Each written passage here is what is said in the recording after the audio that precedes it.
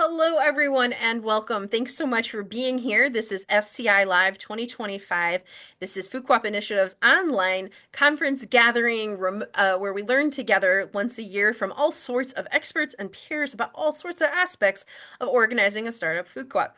I'm JQ Hanna, the interim director of Food Co-op Initiative, and you're here tonight for expanding your fundraising reach with Leslie Watson and Vicky Chaput from Co-op Development Services. And they're going to be sharing some really important information with you all that a lot of co-ops have used to build great success.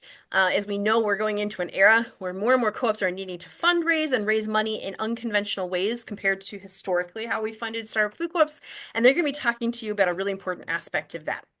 Before we do that, we are FCI Live champion sponsors this year. We had one the first year, two the second year. We have three this year: National Co-op Grocers, Co-op, and Colluminate. Thanks to all three for making this series possible. So I'm going to let Vicky and Leslie get their slides set up. And while they're doing that, this is again a topic you all have asked for quite often. And Vicky actually came and shared about this last year, but there have been updates and more information and peer examples. And so people kept asking, I'm like, we already have. Okay, we'll expand on this. So Leslie and Vicky said, we'll come back, sure. So we're going to expand on this conversation. As you all know, if you're involved with startup food co-ops, there are no startup food co-ops getting open these days without donations and charitable donations, direct donations, grants, funding that doesn't need to be repaid financially. And so this is kind of new to startup food co-ops just in the last 3 to 5 years. Before that, it was almost all debt. Owner is either owner loans or direct bank debt. So this is a big change. Co-ops are making it happen, but it's a new vista for us and we have a lot to learn. So really grateful to Vicky and Leslie to be here tonight to share more about it. Thank you, JQ. Hi, Yeah. everybody. We actually have a special guest star joining us as well. Mary Meyer of Wild Onion Market kindly agreed to come on. And at the end of our presentation, we're going to turn it over to Mary to actually explain Wild Onion Market's experience with charitable donations. We'll take just a minute to all introduce ourselves, but I just wanted to say hello to Mary and thank you for coming and tantalize you with that's coming to the end at the end of the session. So my name is Leslie Watson. I am the brand new executive director of Cooperative Development Services and our fund. I've been on the job for almost 5 months. Prior to that, I was a consultant with Colluminate, where I did a lot of work with startups, but a lot of work with board governance, among other things, and capital campaigns.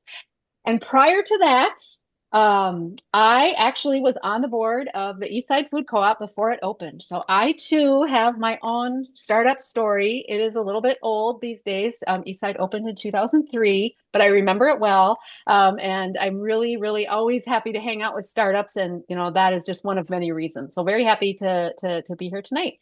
And I'll turn it over to you, Vicky, to introduce yourself. Well, hello, everyone. I am I have been working with the cooperatives for about 40 years and just decided I loved it so much. I just stayed with it. I've been with CDS and the Cooperative Development Fund of CDS for the last 24 years. So it has been a key part of my career. One of the first groups that I worked with was the food co-op consultants that were within CDS, and it's now known as Colluminate. So have a rich history with the food co-ops and also worked with the startup of FCI, the idea of it and some of the work that Kevin Edberg and others within CDS and other organizations helped with. So just really glad to be here and to work with you guys. I've worked with many other co-op sectors over the years and with CDS, and a few have been farmers and senior housing co-ops, but the food co-op is one I have probably done the most amount of work throughout my career. So just want to say hi and thank you for having us. Thanks, Vicky. And how about you, Mary? Hey, I currently, well, my term is ending actually tonight on the Wild Onion Market Board. I'm owner number one. We had our annual owners meeting yesterday, And I gave a history, the journey of our co-op, and we incorporated in May 2014, and we opened our doors last June, June 12th, 2024. And I've been involved prior to incorporation, and I've been on the board ever since, up until this tonight. We could not be more honored that we Yeah. are the bookmark of your service as the director, Mary. So thank you for that. Well, good. Wow. So let's go ahead and jump in. So I actually want to start by talking just about CDS for just a little bit. And so for those of you not familiar with us, we are part of the giant alphabet soup that we swim through as cooperators. But one thing that you might not be aware of, we kind of have already referred to it, but CDS is actually two separate organizations. We walk along together side by side. But I want to just make that really clear, and I'll be perfectly honest. I didn't quite have it fully clear in my mind until about 5 months ago, exactly the distinction between these two. So I just wanted to start by just sharing that we're going to spend most of our time and work that is part of the fund, which is the green logo of our two different organizations, our development fund. But just for a moment, and Vicky already kind of referred to this, but I just want to talk just a little about CDS proper. So CDS is actually, we're celebrating our 40th year. We were formed in July of 1986 as a regional co-op development center. And we are actually a 501c6. So that is the category of the tax code that is like for chambers of commerce and business associations. And we were formed by the cooperative community of the Upper Midwest so that we could serve the needs of the Upper Midwest. So our geographic focus is actually Minnesota, Wisconsin, and Iowa for our direct cooperative development work that we do. We have a staff of 5, we have a board of 12 drawn from many different co-op sectors. And we do things like business planning, feasibility analysis, governance work, grants, and all different kinds of things directly for co-ops. And I just wanted to give you a little taste of like the stuff that's on our plate right now, because the work has varied tremendously over 40 years. But right now, we currently have a cadre of about 8 startup farmer co-ops who are working together to grow and raise and sell all different kinds of goods, trying to figure out how to bring those to market. Vicky, as she mentioned, works in senior housing co-ops. Vicky puts on a conference every year and programming every year for seniors who live in and own their cooperatives together. We have an emerging practice in cooperative conversions. That's when small businesses owners are looking for a way to have a succession plan, and they actually sell the business to the owners and I'm sorry, to the employees, and the employees then form a worker co-op. So that's a new practice for us. And then we have worked with food co-ops. So many food co-ops, mostly in the Upper Midwest through the CDS, and not just startups. There are a lot of food co-ops that are too small to be an NCG that dot our landscape up here in Minnesota, where we are in particular, and in Wisconsin. And so we have done work with those over the years as well. And last but not least, and again, Vicky also mentioned this as well, CDS has kind of been present for so many years and at the table for so long that we're kind of part of the conveners and collaborators that are kind of part of the cooperative ecosystem. So, kind of in the conversations about the formation of FCI and all those different, many, many different kinds of ways in which CDS shows up for the cooperative community. And the reason I wanted to take a minute to talk about that before we turn to our fiscal sponsorship program that we run through the fund is that I just wanted to, you to be aware that we are cooperators. Like we do the bread and butter work of helping people start co-ops, not like FCI with the startup food co-ops, but in different ways. But it is part of our DNA and part of who we are. So we really understand cooperation, even when we're stepping forward in this other role that we're going to describe for you tonight. Speaking of which, so now we're on our green logo. That's our Cooperative Development Fund, and it walks alongside the blue logo, alongside CDS, as our 501c3 subsidiary.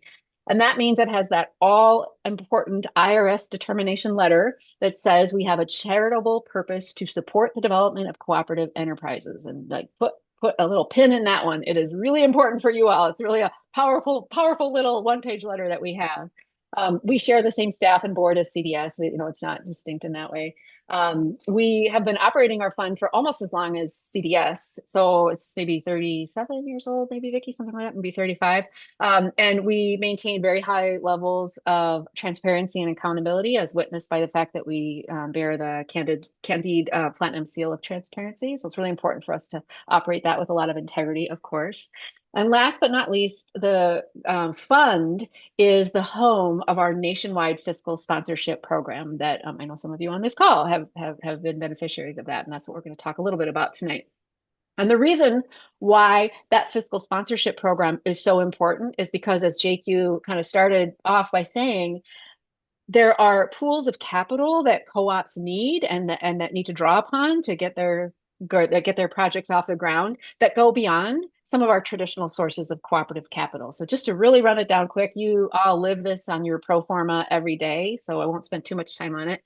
But if you think about sources of capital, obviously there's the paid in owner equity, the membership shares, or when people buy preferred shares, the owners are actually investing in the co-op. There's the debt where we're borrowing money from other people. Simple, right? And then if you're an operating co-op, like if you're in business, or another very important way for you to have capital to invest in your business is actually through the retained profits or the patronage that the part that you keep back. Some you pay out to your members, some you keep in the co-op as an investment in the co-op. Obviously not relevant for you all right now, but hopefully someday it will be very relevant. And then the last is these charitable contributions. And as JQ was saying, it wasn't such a major thing back in certainly when we were starting Eastside, as I'll show you in just a moment. But it is a source of capital that is increasingly important for co-ops. So I actually went back in my archives and I pulled up the sources and uses for Eastside Food Co-op circa 2003 when we opened. And I just want to say, JQ is probably like having a heart attack right now. Like, this is not a way to finance your co-op. This is not in any way intended to be advice. The only thing that I wanted to show you that's really interesting to look at and really, really kind of puts a big underscore around what JQ said. If you look at our wedges, like we have a ton of first and second debt, we have a ton of other debt, we have a third bucket of debt, we have some loans for co-ops, a little bit of member loans, a little slice of member equity, and then look at that slice for grants and vendor credit, 2%. We had about a $2 million project. So just a tiny little bit, and half of it was just the stuff that we got from vendors when we opened the store. So 20 years ago, it was like charitable contributions weren't even a twinkle in our eye, to be honest. And that has, of course, changed radically. There you see it there, a little purple wedge. And when we get to Wild Onion Market slide, remember that. And even when you think about what your own wedge looks like, I'm guessing it's probably more than 2% these days. Because we've really come to embrace charitable contributions as a necessary, important, and justified way for us to finance the startup of our co-ops or even the operation of our existing co-ops. So again, just to reiterate what has already been said. And it makes sense because the mission of a co-op, as you all have articulated the missions, I am just certain, dollars to donuts, that it is a very good fit for many different kinds of grants, for donors' values, individuals' donors' values, and for philanthropic institutions of various kinds. Like, we all want the same good things in the world very often. The Venn diagram overlaps. Really important. And also, JQ also lifted this up, like those charitable contributions are very important because you don't have to repay them. And if you think about that wedge that I showed you a minute ago with Eastside and all that orange and red, that was a very difficult way to open a business, to carry all of that debt. So if you can kind of expand that out so that you have some money that you don't have to repay, it actually is going to ease your co-op's start in the world, if you will, its birth in the world, if you will. Of course, there's nothing for free, so it can be taxable to you, but better to pay a little tax on it than having to repay it over many years. And again, we're all thinking about startups here tonight, but charitable contributions also can be beneficial for existing co-ops, for expansions and relocations, as well as for certain mission-aligned programs and initiatives that co-ops might undertake. So lots and lots of good reasons for us to embrace them. And again, for established co-ops, and I don't just mean 40-year co-ops, but when your co-op opens and has been open for a year and maybe needs some working capital and maybe sales aren't quite where they need to be, you might find that a source of capital that is unrelated to your sales cycle can be incredibly beneficial beneficial. So lots of reasons. So it's all good. Like, why then shouldn't we just have that? We should have that, right? Well, unfortunately, there are some barriers for co-ops. Probably part of the reason why we haven't pursued them. There are barriers for official charitable contributions coming our way. Part of that is that co-ops often, not always, but often do not qualify for foundation or public grants. Now, there are grants available right now, and hopefully some of you have them that you do qualify for, and that is a great development that you don't, you can be a co-op and go right directly for a grant. That's very beneficial to be able to do that. But oftentimes it's not the case. Oftentimes what you hear is that you need to be a 501c3, right?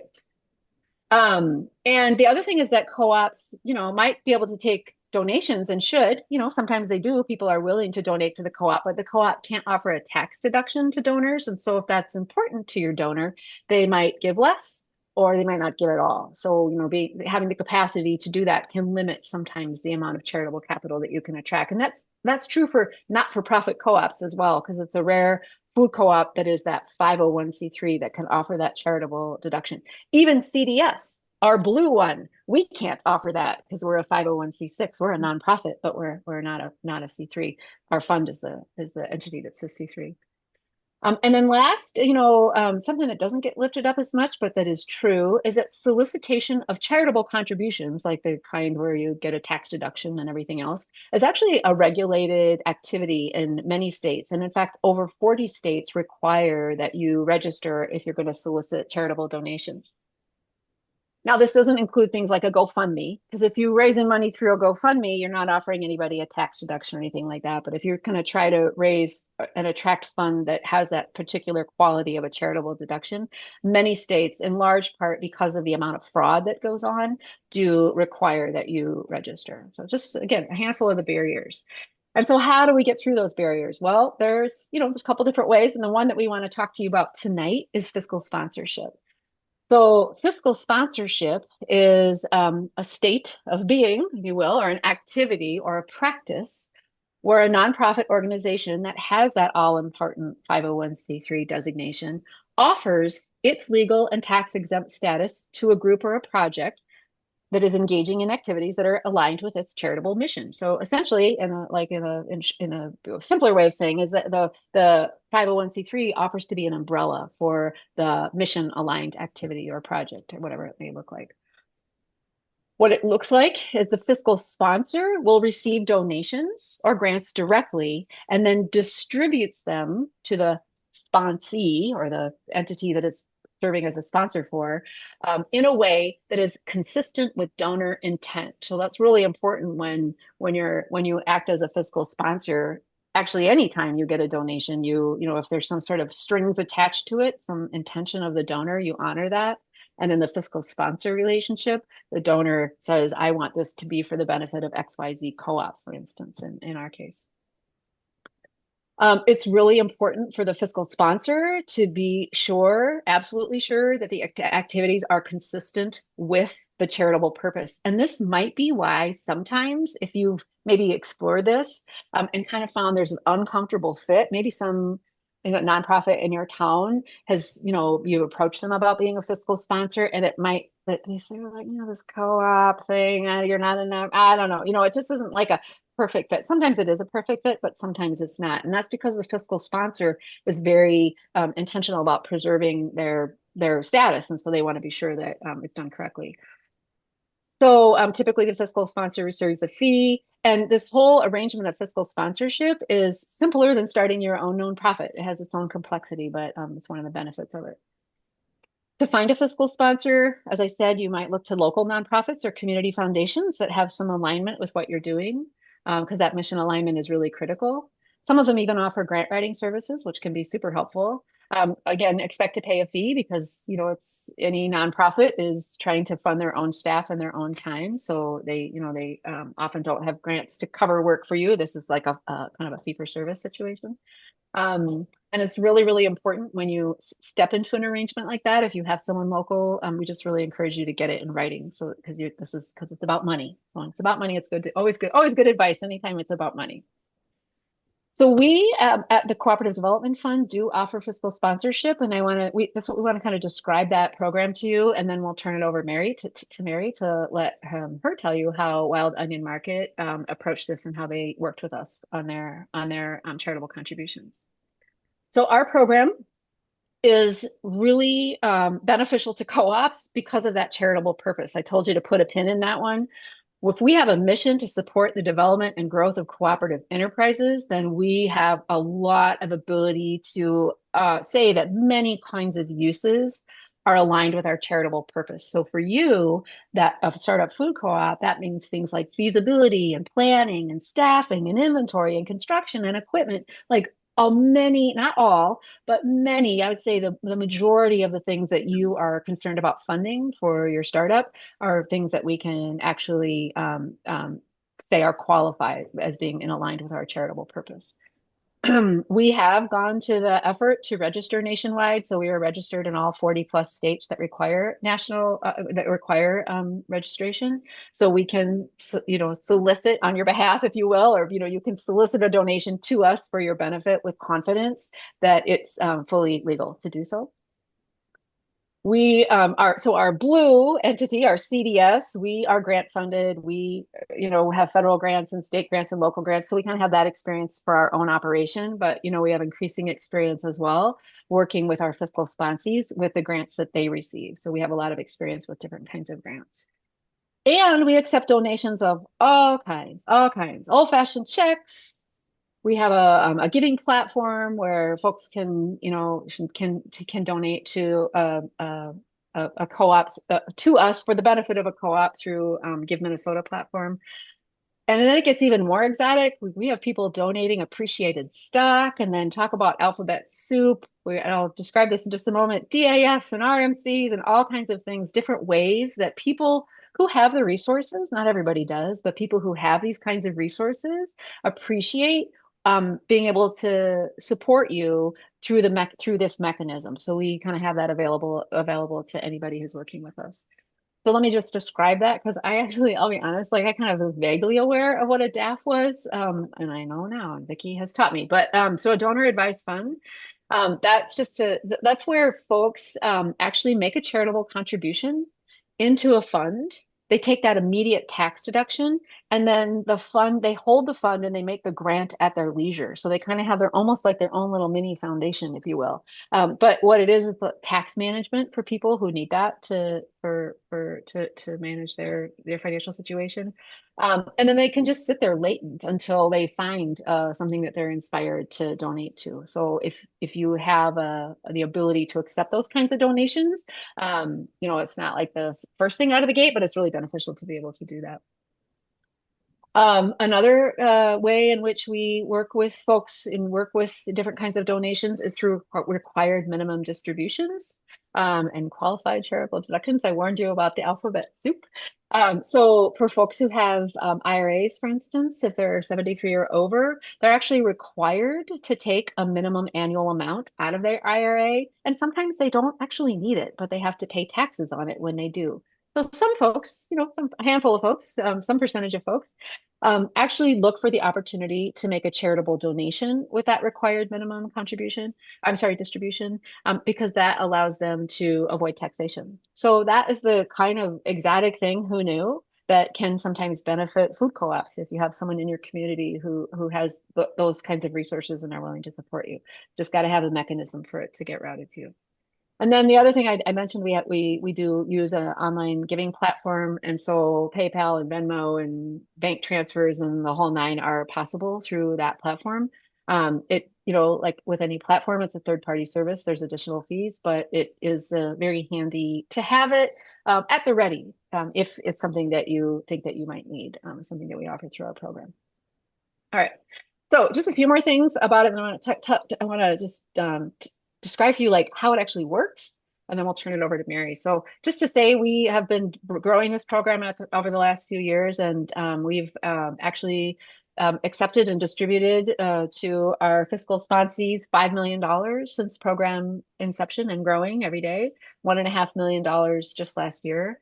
And that's startup co-op. Startup food co-ops have been a big part of it, but not all. Established food co-ops, housing co-ops, and other kinds of cooperative enterprises as well.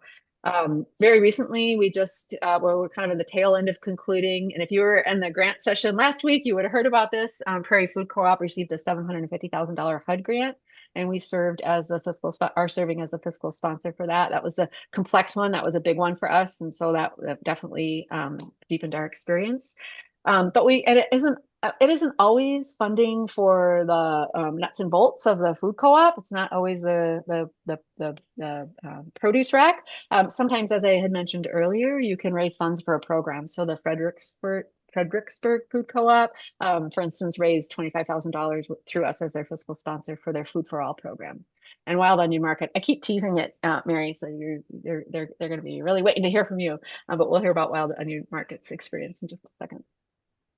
So let me just talk to you then about the process and what it actually looks like. And if you're interested in this, if you want to follow up from us, if you want to get more information from us, feel free to drop your email in the chat. And I know JQ will make sure that we are connected.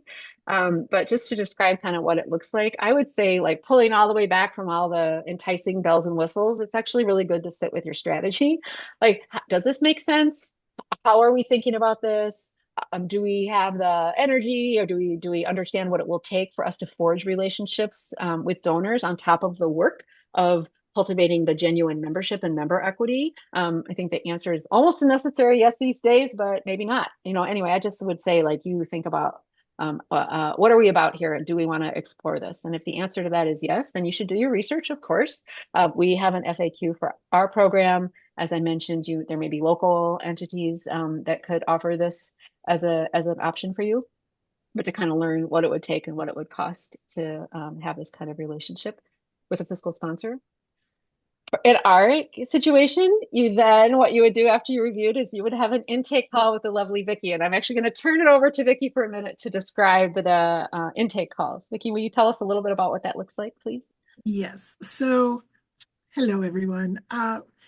One of the key things is just initially getting acquainted. It's a very complex. Reading through the FAQ sometimes draws a lot of questions. So it's getting acquainted, hearing your story, where things are at, and how this fiscal sponsorship can help your co-op. We will, in the very near future, have a more formal format to address some of those questions and work through that, but still just having that personal connection helps. We walk through the FAQ answer and make sure that you've got a clear understanding, because there's just so many complexities in that. Also making sure that this is a good way for you to also interview us, get to know us better. Is this what you're looking for? Is this what you're needing, or just kind of talking through some of that? Understanding the whole fiscal sponsorship process and how that works, and helping you understand. Sometimes it's even just kind of opening your eyes to all the possibilities, because sometimes you're thinking just how we can raise funds, checks, and just a very simple process. There is so much to the fiscal sponsorships that sometimes just being able to talk back and forth and more fully understand that helps. And so kind of talking through that. And some of those pieces are like those DAFs and IRAs, and it just starts opening up this, we call it this toolbox. It just starts opening up this toolbox of other options and ways to talk to your members, potential members, and just the community as a whole. And then teasing out ways to just kind of help you think outside the box on that. And then really just making sure you have the information needed. Sometimes we have just one person on a call. Sometimes we have the full board. Just making sure that you have enough to pass that along and make a decision that's right for you. So that's really what that initial conversation is about. Doesn't tie you to anything, we don't make you make a decision right away, just kind of really walking through the process. So I hope I hit all the points there. Yes, but yeah. Thanks, Vicky. Yeah. Yep. And it's so important because Vicky is the program manager and the lead point of contact. So, everybody who works with us gets to know Vicky very well. as well as Kayla, who works on the admin side for us. So it's a great opportunity to get to know the wonderful Vicky as well, right? So once that's concluded, then what we do have a formal, because as I said, we get it in writing. We want it for you and for us. So we do have a memorandum of understanding that we send home with you or email to you that you can review with your board and to make a decision about whether this is right for you. And if you decide that it is, then we kind of move into at your pace and at your speed in a way that makes sense to you. We really aren't like dictating how you go about this other than staying within the necessary confines of the legality of the fiscal sponsorship. But one thing, and this is new, you've been worked with us, you're working with us now, you're like, wait, we didn't do that. That's because this is actually a really new thing that Give Minnesota is offering. But we actually, it's really important to draft your story, however you tell that externally. That hasn't changed. But these days now, we are offering a dedicated fundraising page just for your co-op on the Give Minnesota platform. It's like a fundraiser underneath our master account. So that gives you a little place to have your photo, your goals, your story, and you can direct folks right there as opposed to having to kind of walk through our main page and kind of scrolling through and finding a fun.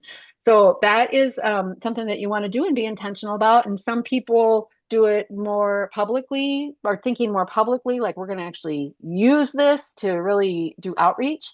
And other people just have it as a holding spot where they send people there on an as needed basis. And either one is totally fine, but this is a place for you to call home underneath our master account. From there, because of the nature of the fiscal sponsorship, it's really important that we kind of follow all the right parameters and make sure that we're dotting I's and T's and crossing T's and dotting and crossing the correct letters. And so we'll help you with that and give you some really clear instructions to your supporters so that we are sure that the funds are routed in an appropriate way. And then, again, your mileage may vary, and what happens between this dot and the next dot is going to really be your creativity and your relationships, but you're going to hopefully raise some money. And when you do, and when you raise money through the fiscal sponsorship, we will receive your funds. And as I mentioned, those are restricted funds. So we don't commingle them. You have your own account, a sub account within our credit union, and we hold those in your restricted for the benefit of your co-op. And then when the time comes to use them, when you have a use, you would then send a request to Vicky again. And we will, there's a kind of a process for that, not too onerous a process. And then we're able to make a distribution for eligible expenses. So that's how that all works. It just kind of flows right through. And like I said, the magic moment is in between the giving instructions to your donors and hopefully having some success with attracting this kind of support on top of all the other kinds of support that you will receive. So just to last few things I wanted to lift up. So about our fee is 10% of donations and 10% of the first $5,000 of any grant and 5% of any amount of that grant that is above $5,000. We certainly have had grants sometimes where there's kind of more specific requirements or things that we need to do and reporting that we need to attend to. And we certainly will always work with your grantor to make sure that we're aligning with that. And I know, like, I remember not for the food co-op, but for another co-op that I was involved with, we actually had a fiscal sponsor. The CDS was our fiscal sponsor. And the first time I saw that 10% fee, I was like, oh, eh. Because you feel like we need all that money. But now that I'm in my role here, I'll just tell you, it's a lot of work to do this, and we are, really using those funds wisely to support our staff and to make sure that we're operating the program with integrity. We are also nonprofit, so we're not trying to do anything exotic with that, but it's just kind of really a necessary cost for us to be able to manage the program appropriately, pay the lawyers, and do all the things that we need to do. But that having been said, a couple things to keep in mind. There's no cost. We don't charge any fee to set it up. So it's only if you actually do use the fiscal sponsorship that there's a fee. And this is probably the most important thing, is that we actually would prefer you to not need us. If someone will give you a donation and doesn't need the tax deduction, take it. If someone, if you have a grant that you can apply for directly and you don't need a fiscal sponsor, do it. Because we want all, our mission is to support the development of cooperative enterprise, and we really mean it. So there's no requirement that you send anything through us or anything like that. It's just, again, as Vicky said, a tool in your toolbox here if you need it. And if you don't need it, then we're cheering you from Minnesota, cheering you on from Minnesota. So I just wanted to close by just showing you just a page we just set up for Chicago Market. They're kind of just ramping up for this page is now live, but they haven't started using it to raise funds. But just give you a quick sense of like what it looks like. This is just a little portion of the page, the dedicated fundraiser page, and to point out a couple things about it, you can see that this is Chicago Market, a nonprofit fundraiser supporting the Cooperative Development Fund of CDS. So we have to be the recipient as the 501c3, but everything around this is labeled for Chicago Market. And the thank you says, it's for Chicago Market. So when people make a donation through this portal, they can really have a lot of confidence that the money's going to the right place and they're not making a mistake, which is one of the reasons that we really like it. In addition to your ability to tell your story.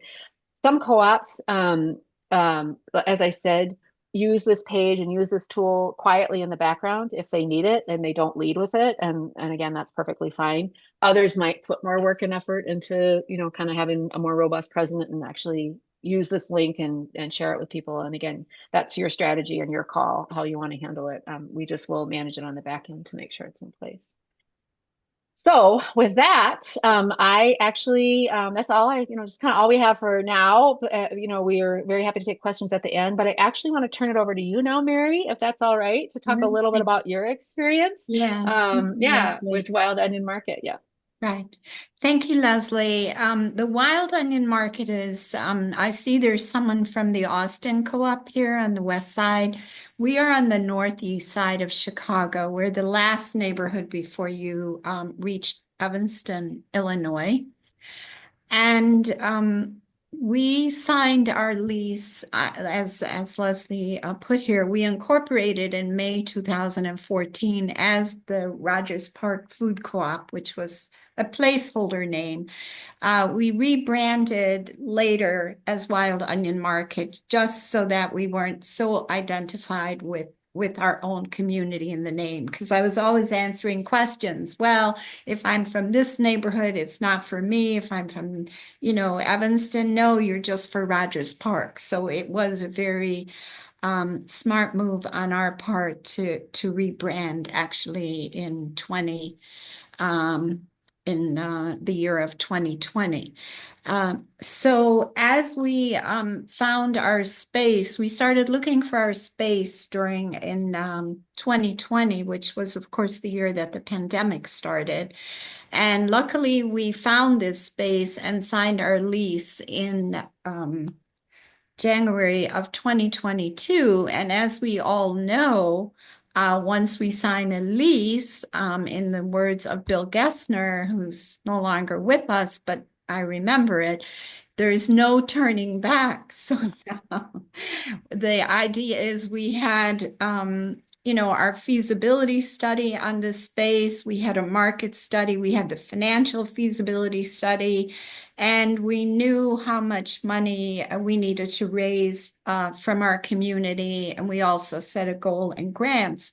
So I learned about CDS, and I'm very excited about the page. We did not have that page when we were doing it. Everyone went through all these hoops, and a lot of times people would say, Egan, Minnesota, is this for real, Minnesota? What's going on here? But we always were able to work through that.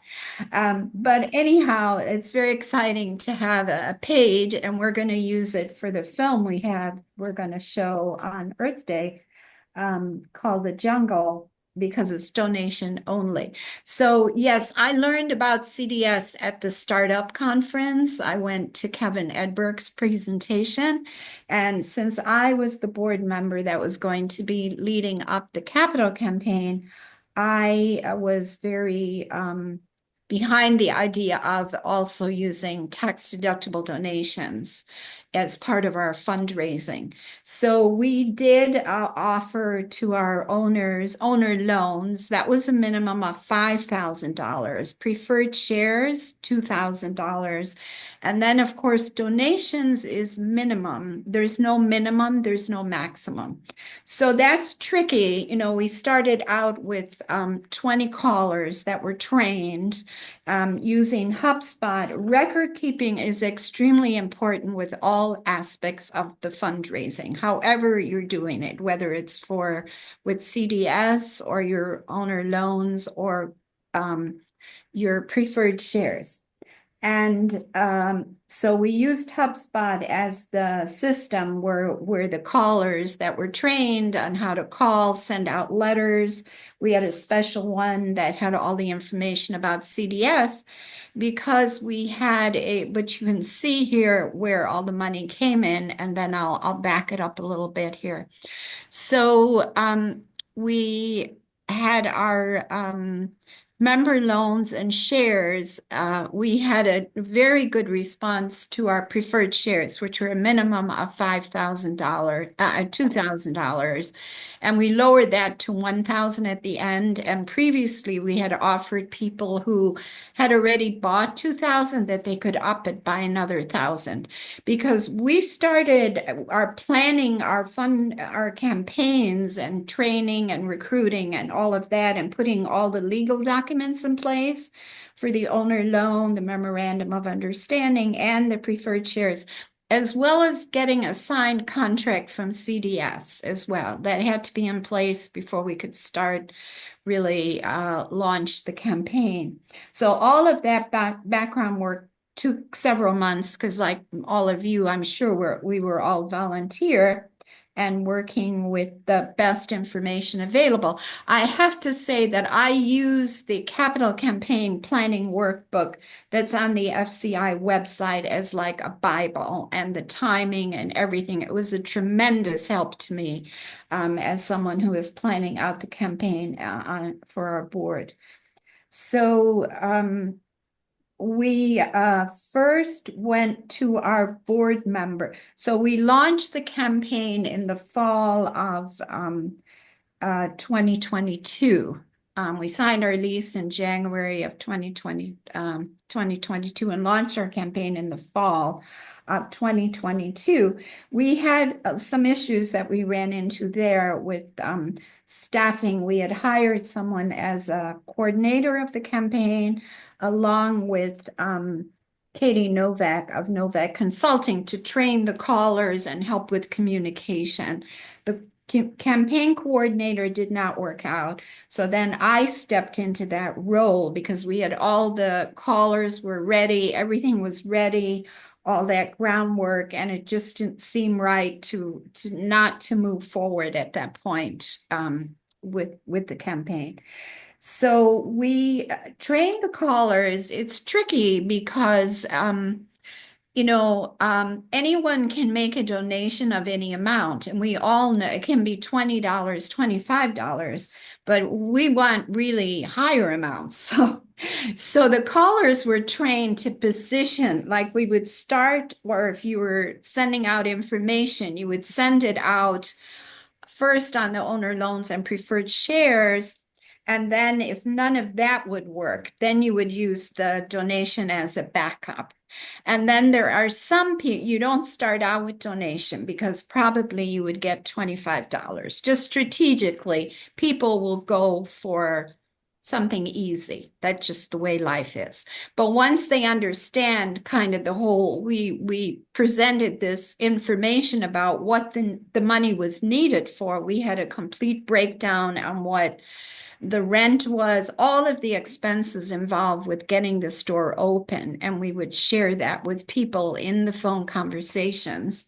Or some people wanted to see actual financial plans, which we did for some of the larger donors. So being clear about what the money is used for and how much is needed also paints the picture for people. Like $25 is not going to get us very far with this $2 million budget that we need. And at first the callers were having a little trouble with that, but then the more that they did it, they were able to do it successfully and get preferred shares and owner loans. We got far more preferred shares. The owner loans, we had a couple of people making larger loans, but we had hundreds of people making $2,000 preferred shares. And then we also got almost $500,000 in donations from our owners. Some of those, because some of the people with more, as my friend Lynn would say, deeper pockets, don't want to really be involved with an owner loan, and they don't really want to be involved with preferred shares. It's just too much trouble for them. They would rather write a check for, let's say, $10,000, for instance, just outright, or 20,000. We did not have any huge gifts of like 100,000 donation, nothing like that. So it was numbers for us because we are in a community where we're not a high income community. We're moderate income at best, and about 25% of our people are food insecure in our community, are receiving some type of benefit. So it was a lot of effort and a lot of consistent effort. So as far as the donations go, we had, and the participation, we had a pledge form, which I sent to which we put it in all our communication, and we had very intensive communication. So you could see we led there with preferred shares because we found that that was very popular with people. Then we had owner loans and tax deductible in any amount. So if someone filled out these pledges, and we would have shorter campaigns where we had what's called a match challenge. And I highly recommend that. We did not know this strategy in the beginning, and we kind of missed the boat because we got almost 100,000 from our board to start with, but we did not use that as a match pledge. But we learned from our consultant, Katie, that this was really the way to go. So as we started putting together, even if it was 5 people doing $5,000 or 10 people doing, put together a 20,000 match challenge and do it for 1 week or 2 weeks, we usually met those or exceeded them.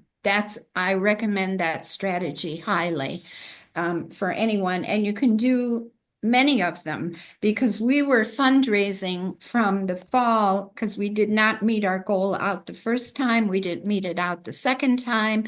We did meet it out the third time.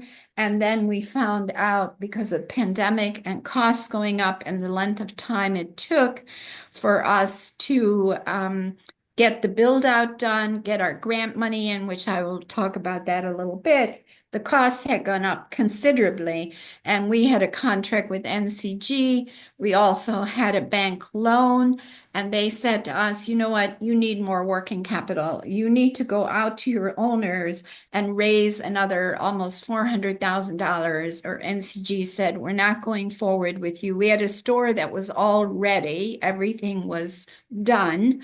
And we had to, in a 6-week period, we raised the rest of that money.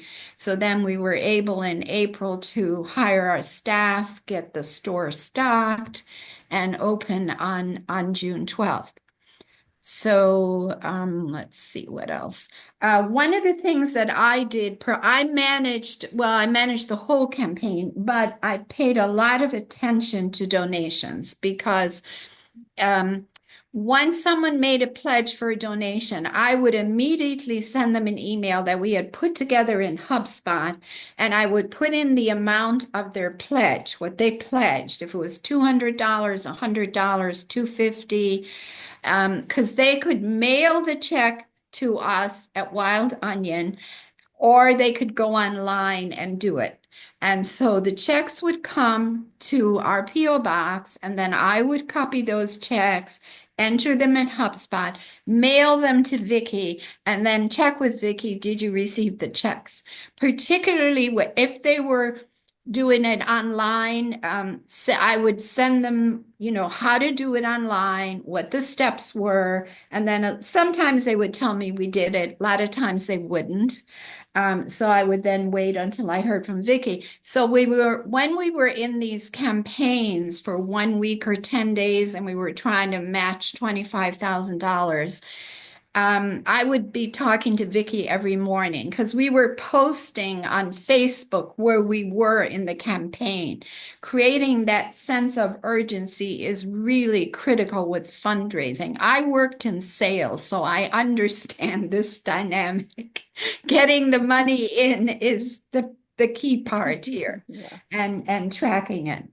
So, anyhow, it's very exciting to be with all of you as startups, and we, did come through, and it's not unusual for Co-ops Prairie. That's happening to them right now, where they had to raise some additional funds at the end because things take longer than we expect in general. Great. So let's Great. see. Okay. Thanks, Mary. We're You're ready welcome. for Q&A. Yeah. Okay. Yeah. Yes. I want to be sure we have a couple of minutes to do that. But thank you so much. When I heard that they had raised 400 in Yeah, excess of over 400,000, I can't remember. 400 in donation. Amazing. Yeah, Amazing. It was yeah, amazing. So yeah. yeah, good. So I think that they're having some questions. And So I do yeah, have one right away, Leslie, that I want to sure. bring up and kind of follow up with what Mary had just talked about. One of the questions was about thank yous and how those are handled.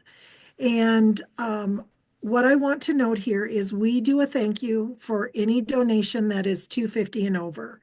That is so that it is recognized. It's a tax deductible donation. The information to file your taxes is within that thank you, and we do that. But anything under that, a check is eligible for that. So that's kind of within our MOU. However, a big piece, one of the questions was, or does the co-op need to do that? And I think Mary would just scream at the rooftop, making sure you are thanking and following up. Even though we do thank yous, they followed up with every single donation, got thank yous out. And I think that's a key, especially if later on you need to go back and ask for more donations. I think that is critical. So I just kind of want to put that in with what you were talking about at the end there, Mary. Yeah, But thank you. otherwise, that I thought was just a good thing to put there, and I hope I answered your question with that. Um, Here's a question. So is it possible to be incorporated and accept charitable donations with a fiscal sponsor? Incorporated. Incorporated Yes. yes. Yes, the answer to that question is yes. You don't have to typically, for us, it's a co-op, but if you're organized around cooperative principles, in fact, we're working right now with a organization that it's actually organized as an LLC, but they are functioning as a co-op. And that is sufficient as well. So for us, it's about whether or Yes. not you're using cooperative principles. And if you're not yet incorporated, I mean, it might be possible, but you have to be incorporated to have a bank account. So even if if you raise money, we wouldn't have any place to send it until you had a bank account. So But we are working with both yeah, startup and existing cooperatives in yeah. this. So um, there was Something you one guys other. brought up earlier, Oh, if go I ahead. could just highlight, because I just want to take the chance to highlight as first off, we still have startup food groups. People are saying, can you work with any local nonprofit? Yeah, technically. Two things about that. First off, make sure they have experience. As a GM of my food co-op, when we expanded, someone's like, "Yeah, this little nonprofit, they'll like, we'll do it." Sure. They'd never done it before, and paperwork was lost, money didn't get to us unexpected. It was a lot more work than they expected. It drowned them. They didn't really know what exactly they were doing. And I'm far from the only food co-op that is running into this, that if they don't have experience being a fiscal sponsor, it is real work, and there are legal hurdles and there are things they need to understand. The other thing that startups have run into, and I can give real case stories of this, is they found a local nonprofit who did have experience being a fiscal sponsor, so great. And then they got like well into the relationship. And what the startup missed, so just make sure you're checking this, was the part where they had mission alignment was had to be interpreted into uses. And the nonprofit had not interpreted those uses. And so what they found out, if they raise those money, oh yay, we know hundreds of thousands of dollars, and we can only use it to build our teaching kitchen. We can't use it for anything else because that's the only place we have alignment, and we were expecting to use it for equipment, throughout the store. So I just want to point out, because I know you guys don't, I know we don't put Leslie and Vicky in a position to like drill this stuff to you about why you're gonna, FCI does not get a kickback from anyone, and we're going to recommend CDS first. There's a couple places where we're always going to recommend someone first because it's the most successful option we've seen. Not because there aren't other ones and we won't put them in front of you. This is going to be one of them, though, is that you have a partner who really is completely mission aligned with what you're doing. You have someone you can call all the time, and you someone has a lot of experience doing it. That doesn't mean don't do it. Oshkosh Food Co-op did it very successfully with a local 501c3. They were a local 501c3 with a lot of experience in being a fiscal sponsor, and specifically their mission was to start new independent local businesses, which was a perfect fit. So just be very, very careful in considering their level of experience, expertise, how available they're going to be to you, that they understand what the steps are, and that mission alignment is not going to limit how you use the money. And I'll shut up. And to add to that really quick, we have had, I believe it's 3 co-ops that have went that route. And we understand if it's in a community and it fits, we don't discourage that. But we have had 3 co-ops who have had to come to us. And because we're a fiscal sponsor with that mission, we were able to move the funds to us and then have the co-op use that. So we've actually run into those situations. So just so what They're you are extremely speaking to common. is So I very just true. I just wanted to say it so because Vicky and Leslie didn't sound like they No, were trying to thank sell you you. something. We're putting this forward because they've truly created something that is a unique service to co-ops. And there was another question for you guys in the chat. How long does it usually take for CDS to issue payments when they're requested? So we usually say no longer than 2 weeks, but I try to do that between 7 and 10 days Okay, to issue payments. Yep. And that is if all the backup and everything that we require is there. There is a certain fund request format and backup that is required. great. And I hate to say this, folks, but we are at time. So what I'm going to do is I'm going to do a little wrap up here from the video. But if anyone wants to stick around and ask a few more questions after we wrap up the video, I think, are we okay to do that for a few minutes? We're okay to For do sure. that, folks. Okay. Yep. So you're going to see me Absolutely. do a little wrap up here. First off, we just need to take a moment and actually thank Leslie and Vicky and Mary, especially for her peer story, for coming and spending their time with us and their expertise. Deeply, deeply appreciated, guys.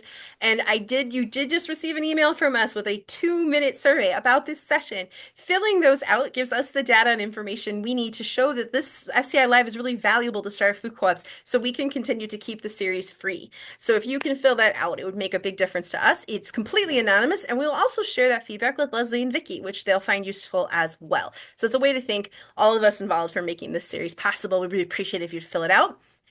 And we have coming up tomorrow morning, Tools of Feasibility. This is a bonus session based on last week's overview of finding feasibility for your co-op. There was demand for more, so this is a part 2. But if you weren't in part 1 and don't know what feasibility is for start food co-ops, might not be the right session for you. All the rest of our sessions are entry level. New market tax credits and co-op projects. We've been looking for someone to really talk about what this is and creating your capital stack. 4 years, we finally found the right partners to really have this conversation. Not going to want to miss that. And then we have another 7 total sessions coming up from tomorrow morning through Thursday evening. You don't want to miss them. So make sure you check those out on our website. And last but definitely not least, we had a record number of sponsors for FCI Live 2025 this year who believe in the startup food co-op movement and what you're doing. So our greatest thanks to them. These organizations all in one way or another are working every day to support startup food co-ops far beyond just sponsoring this series. And thanks to them. And a last huzzah and thank you to Vicky and Mary and Leslie. Thank you, JQ.